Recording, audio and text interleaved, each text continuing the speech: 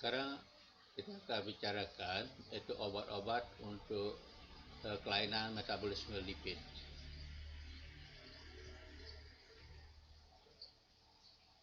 Yang di sini akan dibicarakan ialah obat-obat anti-dyslipidemik.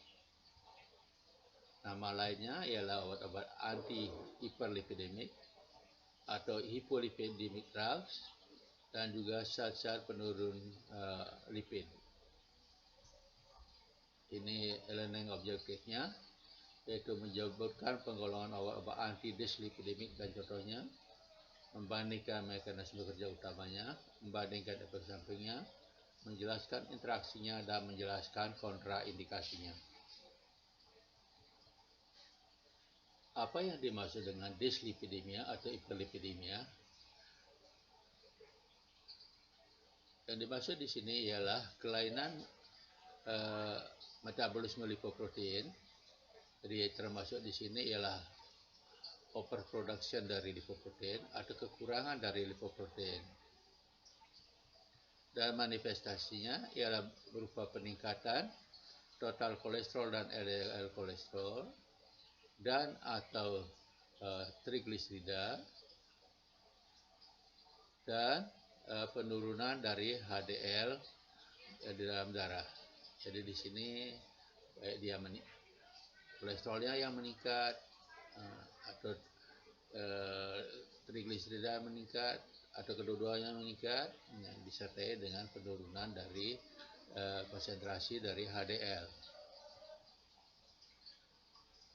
Sebagai komplikasi dari hiperkolesterolemi dan hipertrigliseremi ialah adanya aterosklerosis, di mana sini akan terbentuk plak yang pada lumen arteri yang mengganggu aliran darah arteri, dan hal ini akan menyebabkan adanya stroke yang ischemic, kemudian gangguan pembuluh darah koroner atau rehadisis, dengan manifestasinya ialah salah satunya yang penting di sini ya infark miokard, dan juga adanya penyakit arteria perifer. Pada hipertrigliseridemia yang berat, yang sangat berat, misalnya lebih dari 500 Hg, maka dapat timbul ialah akut pankreatitis. Sekarang kita lihat apakah fungsi kolesterol dan trigliserida. Kolesterol merupakan suatu komponen yang penting dari sel membran sebagai prekursor dari hormon steroid. Yang masuk hormon steroid ialah kortikosteroid dan seklamon, dan prekursor dari asam lambung, asam pedu. Dan trigliserida itu memegang peranan penting dalam transfer energi dari makanan ke sel-sel tubuh.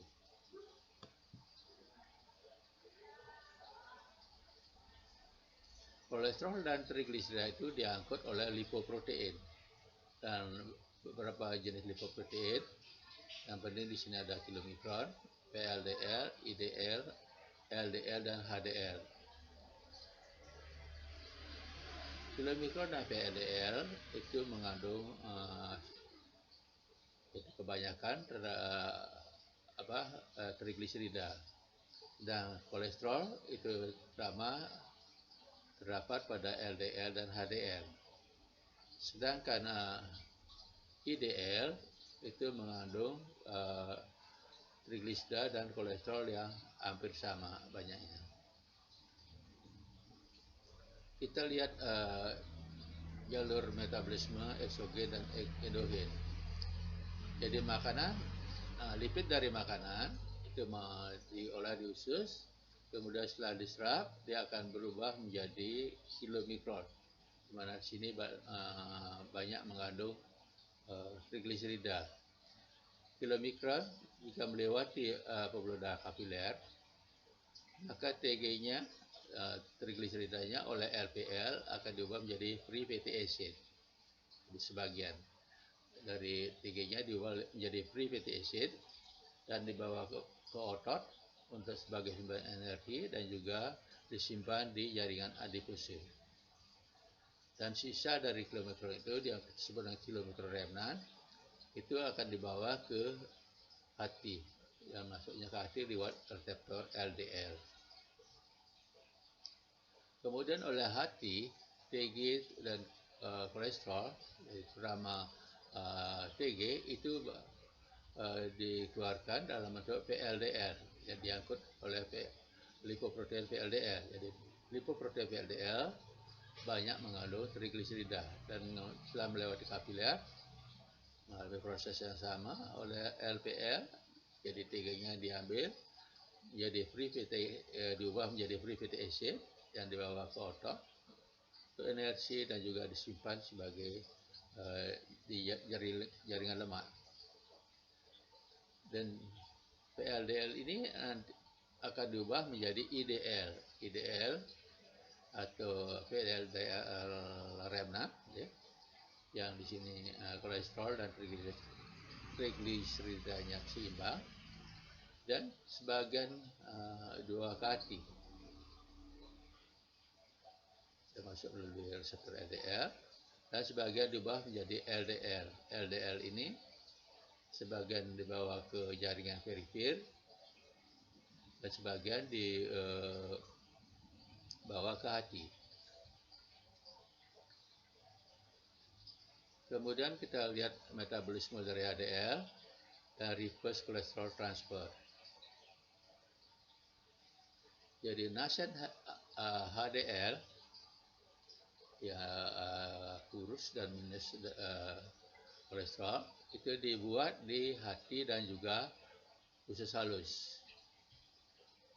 Kemudian masuk ke darah, di mana dia menerima kolesterol dari jaringan perifer, sel perifer, dan juga dari makrofag,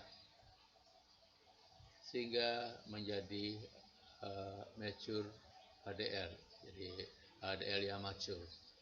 Dan proses perubahan dari nascent menjadi mature diperadari oleh LCAT, yaitu listed cholesterol acyl transferase. Oleh CETP, jadi kolesterol ester transfer protein, di sini kolesterol yang terdapat di mature HDL ditukar dengan HDL. Jadi HDL dari kilomikron maupun VLDL, jadi bukan HDL, trigliserida dari kilomikron dan VLDL ini ditukar dengan kolesterol dari HDL, ya. Dan mature HDL ini masuk ke hati lewat reseptor SRBI, itu scavenger receptor class B type 1. Jadi kolesterol bagian juga akan jadi yang dari perifer, ada yang langsung dibawa ke SRBI oleh HDL yang mature, ataupun nanti diperadari lewat PLDL, IDL, LDL, dan juga kilomikron.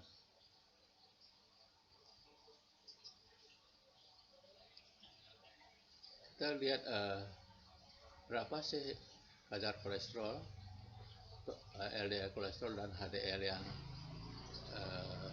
bermanfaat. Bila kadar kolesterol lebih dari 240, lebih atau sama dengan 240 mg per desiliter, itu kadarnya disebut dengan tinggi. Sedangkan LDL kolesterol disebut tinggi bila kadarnya antara 160 sampai 189,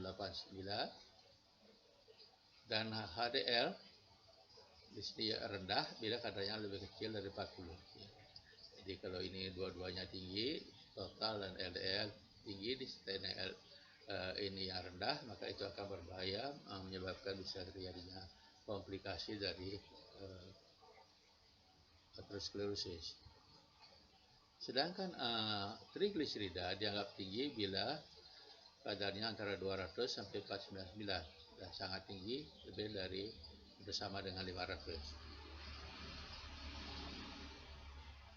Penyebab dislipidemia ada yang primer, ada yang sekunder. Primer biasanya karena kelainan genetik ya. Sekunder pada obesitas, diabetes mellitus, alkoholisme, pemakaian kontrasepsi oral, penyakit ginjal maupun penyakit hati. Dan tujuan terapi di sini ialah menurunkan LDL dan trigliserida. Samping itu juga di sini ialah meningkatkan HDL. Jadi LDL dan trigliserida diturunkan, sedangkan HDL ditingkatkan.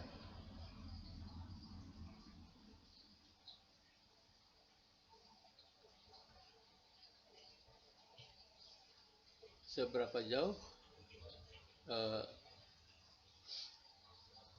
LDL itu diturunkan tergantung dari risiko, kategori risikonya. Bila ada coronary heart disease atau coronary heart disease risk equivalent, yang dimaksud di sini ialah non-coronary form dari clinical atherosclerosis, seperti misalnya ischemic stroke, peripheral arterial disease, ya, dan disertai dengan diabetes mellitus dan diabetes, maka LDL harus diturunkan sampai lebih kecil dari 100. Bila risiko atau risikonya 2 atau lebih besar, harus diturunkan sampai lebih kecil dari 130. Sedangkan bila ada satu faktor risiko atau tidak ada, harus diturunkan sampai lebih kecil dari 160. Dan faktor risiko yang mempengaruhi LDL goals di sini adalah faktor umur, ya. Jadi laki-laki lebih dari 45, wanita lebih dari 55, kemudian riwayat keluarga ada CHD, kemudian ada merokok, hipertensi, dan juga low HDL kolesterol. Pada risiko umur dan riwayat keluarga ini tidak dapat kita modifikasi, sedangkan rokok dan hipertensi dapat kita modifikasi.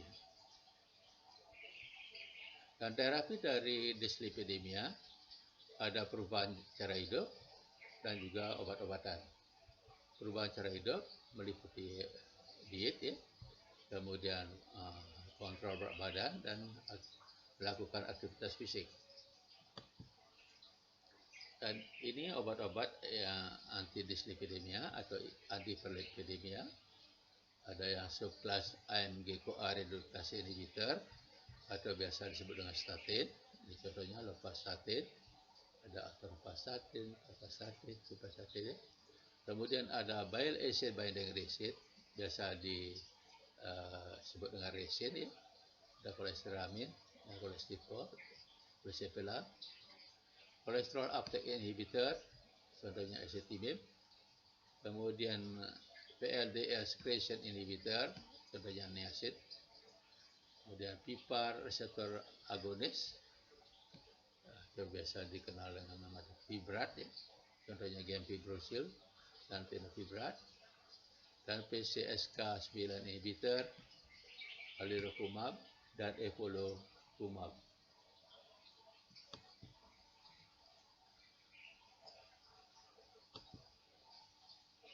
Bila kita ingin menurunkan LDL kolesterol, maka obat yang dapat dipilih ialah statin, ya.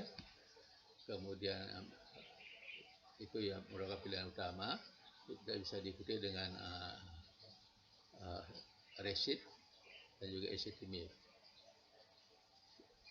Niacin juga berguna, ya. Dan niacin ini berguna untuk menurunkan kolesterol dan juga trigliserida. Untuk menurunkan trigliserida, pilihan utamanya ialah fibrat. Di sini niacin itu memang efektif untuk menurunkan kolesterol dan trigliserida, tapi di sini banyak efek sampingnya. Kita bicarakan statin atau HMG-CoA reduktase inhibitor. Di sini ada yang prodrug, jadi dia dimasukkan dalam tubuh itu dalam bentuk yang tidak aktif. Contohnya lovastatin, simvastatin, Untuk aktifnya, bentuk hidroksi ada atorvastatin, rosuvastatin, simvastatin, dan pravastatin.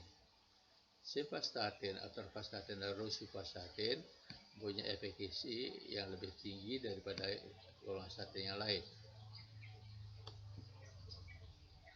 Ini cara kerjanya.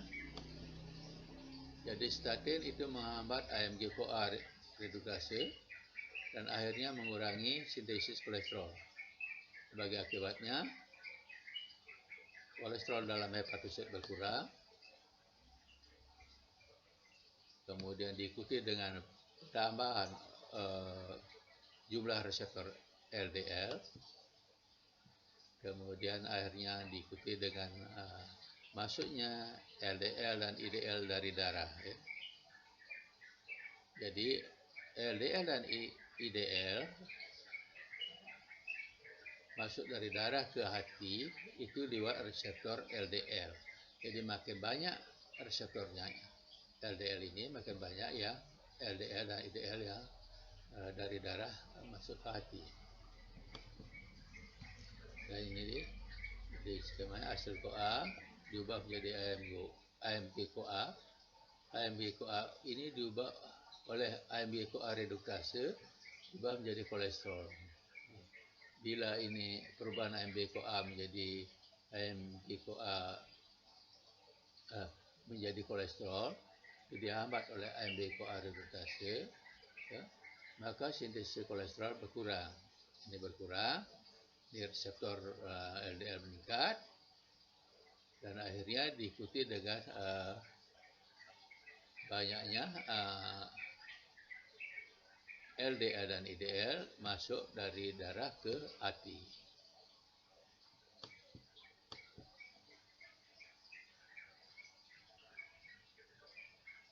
Statin itu juga mempunyai efek selain menurunkan kolesterol yang kita sebut dengan efek pleiotropic.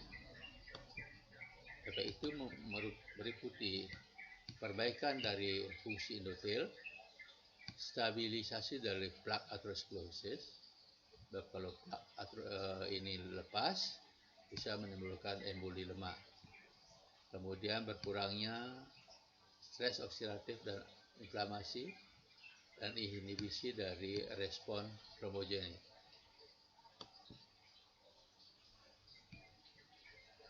Efek-efek ini, jadi efek pleiotropic ini bersama-sama dengan efek penurunan kolesterol yang poten dari statin, itu bersama-sama itu akan berguna dalam hal pencegahan primer atau sekunder dari coronary heart disease. Kita lanjut ke resin. Sebagai contoh ialah kolesteramin dan kolesterol. Ada kolesterol. Resin ini mengikat asam empedu di usus. Dengan demikian absorpsinya dihambat, yang akan menyebabkan recycling dari bile acid itu berkurang. Diikuti dengan konversi kolesterol menjadi bile acid di hati berkurang, meningkat ya. Dan selanjutnya ini sama ketiganya seperti statin. Jadi berkurangnya kolesterol di hepatosit, jumlah LDL reseptor yang meningkat, kemudian jadinya masuknya LDL dan IDL dari darah itu akan meningkat. Jadi ini ya. Kolesterol diubah menjadi asam empedu. Asam empedu dibawa ke usus ke absorpsi kolesterol, kemudian dibawa kembali ke hati. Bila ini diblok oleh resin, maka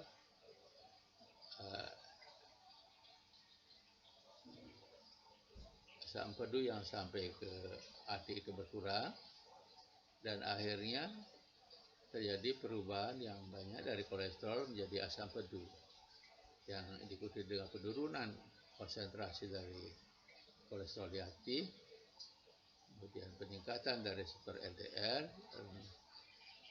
menurunkan jumlah dari reseptor LDL dan diikuti dengan peningkatan maksudnya LDL dan IDL dari darah.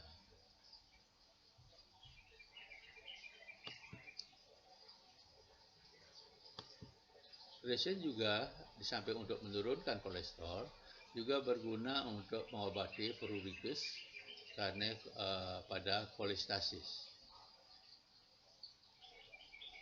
Jadi pada batu empedu ya. Juga berguna untuk pengobatan diabetes mellitus tipe 2. Dalam hal ini ialah cholecalciferol dengan mekanisme belum jelas. Kemudian kita lanjutkan dengan ezetimibe.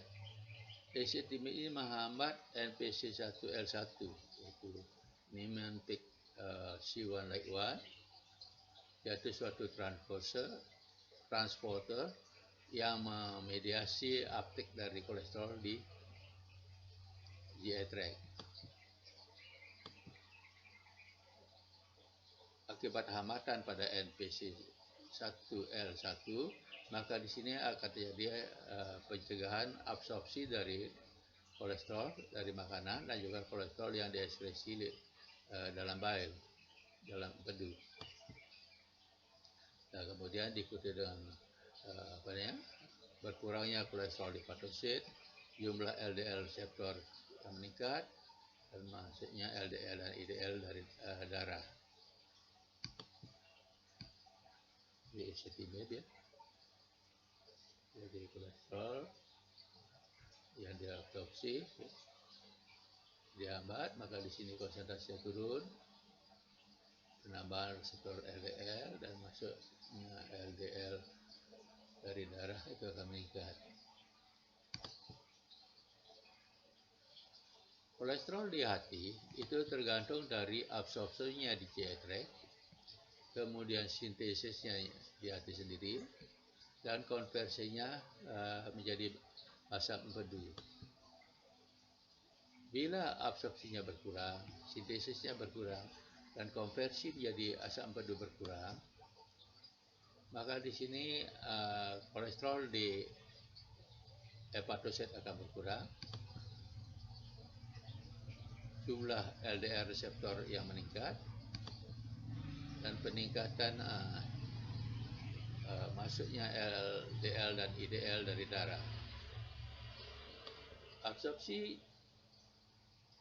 kolesterol di GI tract berkurang oleh karena pemberian ezetimibe, sintesis berkurang karena statin, dan konversi yang meningkat karena pemberian resin.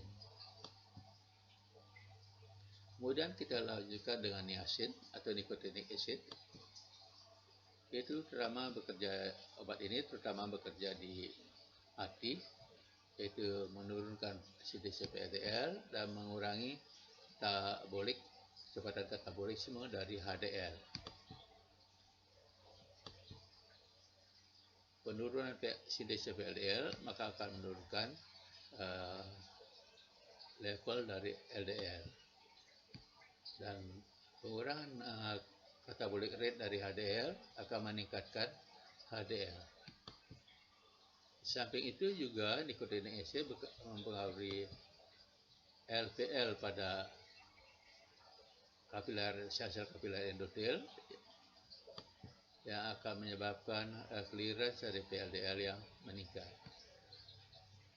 Kemudian pada jaringan difuse dia menurunkan aktivitas dari hormon sensitif lipase yang akan menyebabkan penurunan transport free fatty acid ke hati dan berkurangnya sintesis dari trigliserida.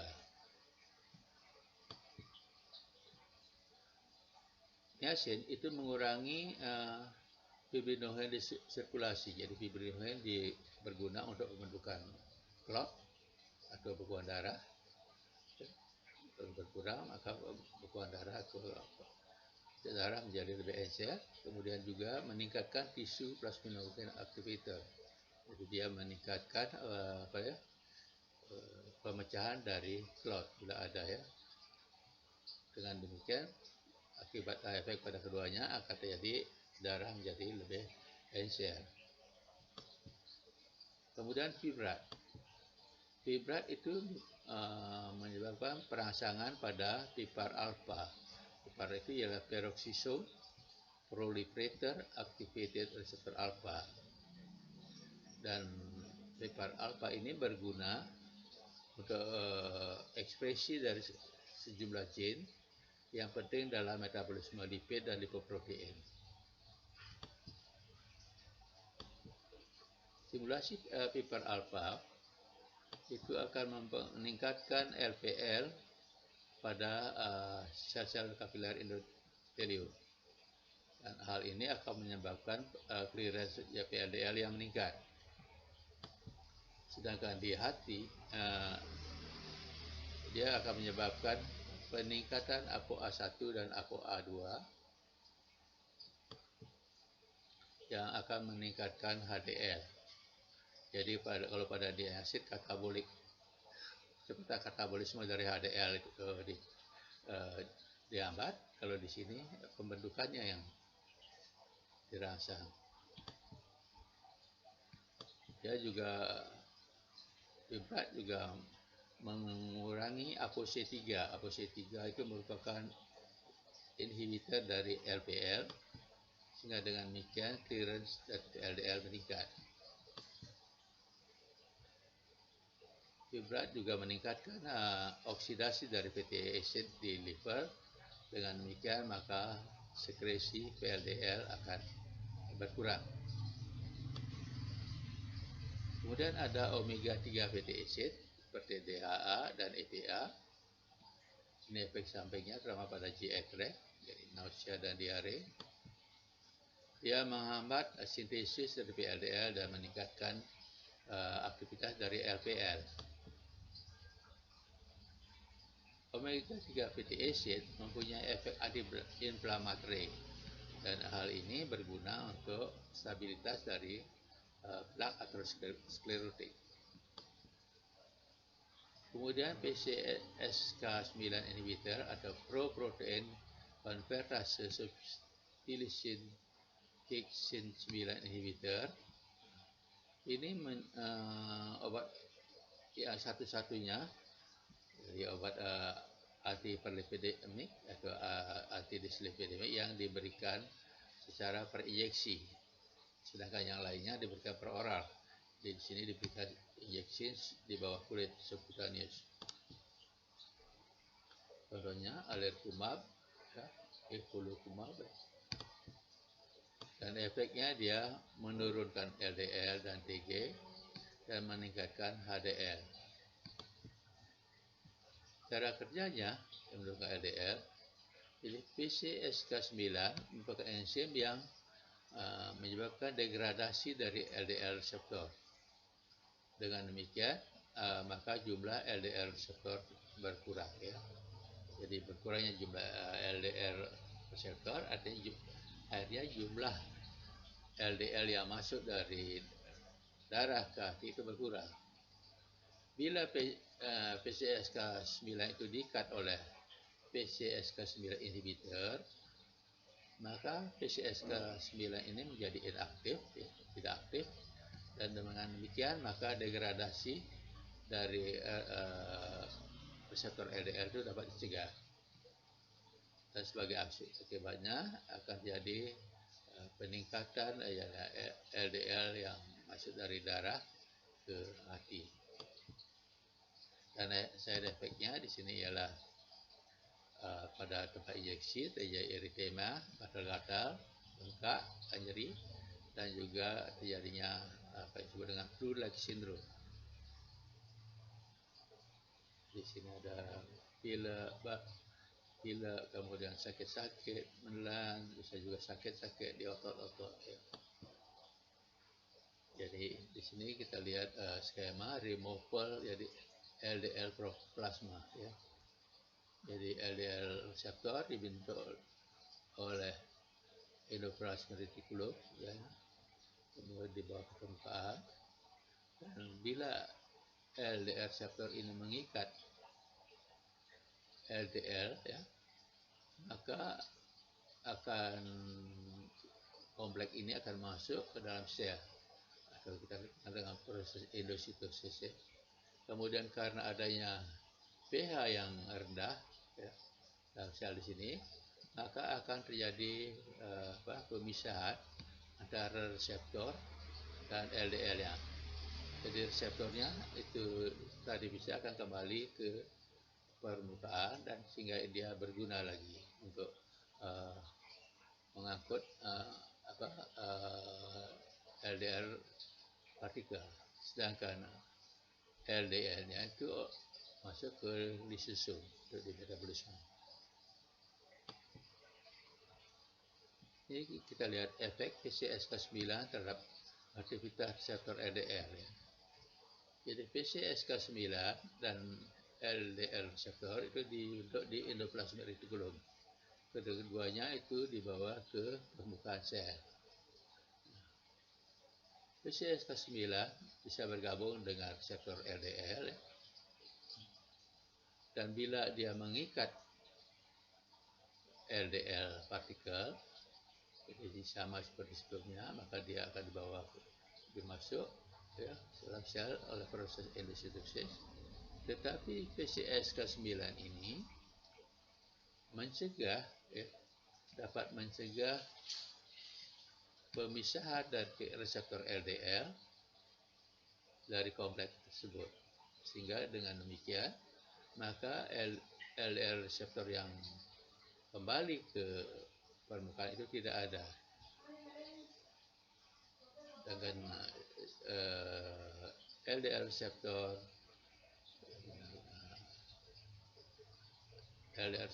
LDL dan PCSK9 itu masuk ke lisosum.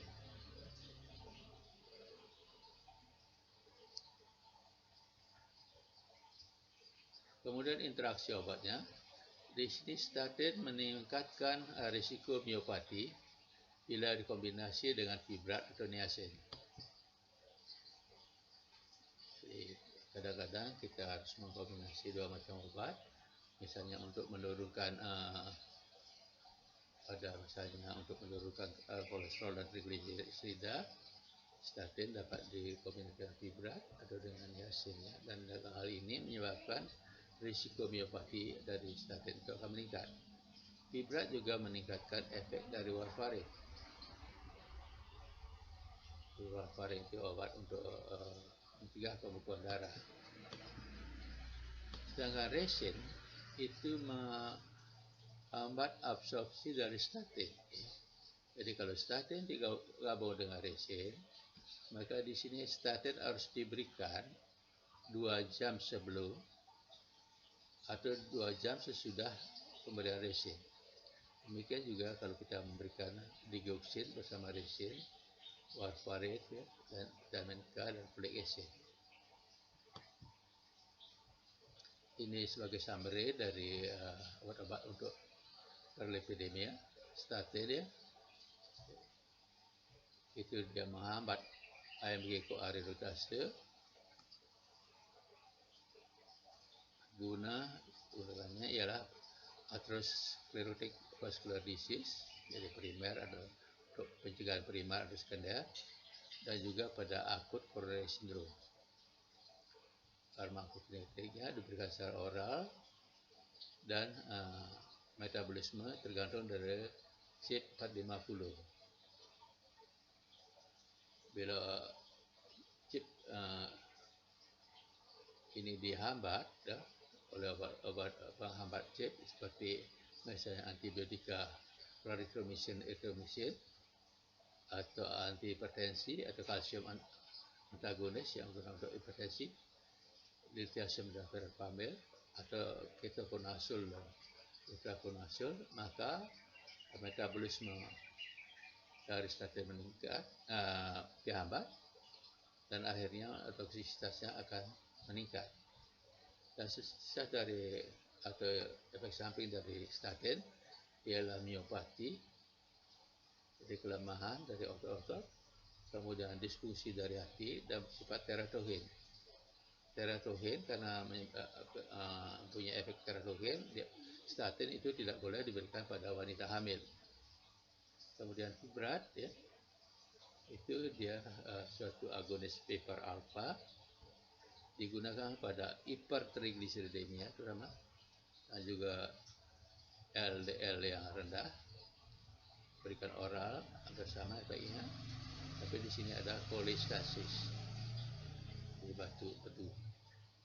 Kemudian bile acid binding resin atau resin yang mencegah reabsorpsi bile acid di J-tract ya, digunakan pada peningkatan kolesterol dan pruritus ya. Jadi sini pruritus pada kolestasis. Dan pemberiannya oral, dan di sini dia dapat menghambat absorpsi beberapa obat dan vitamin yang telah disebutkan sebelumnya.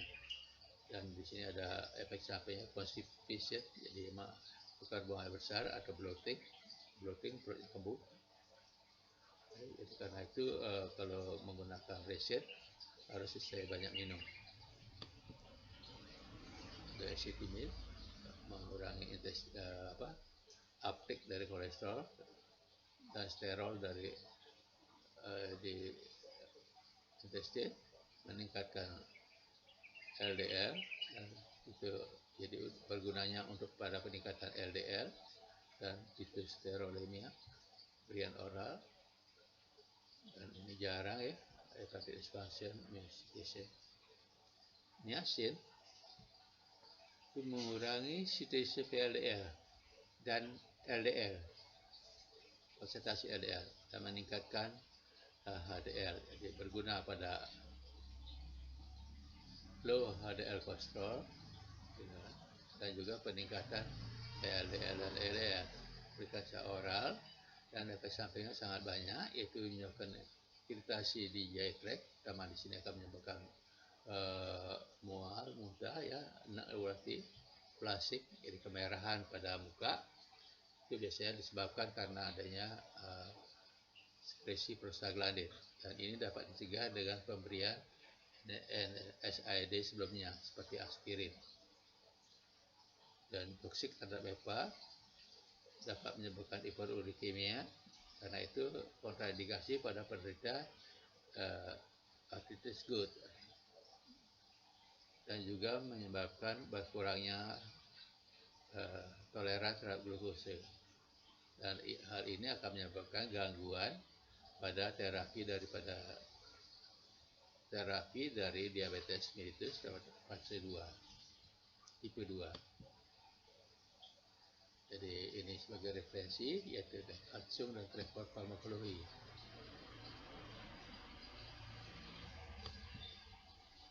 Jadi sekian, mungkin ada yang mau bertanya, nanti silakan.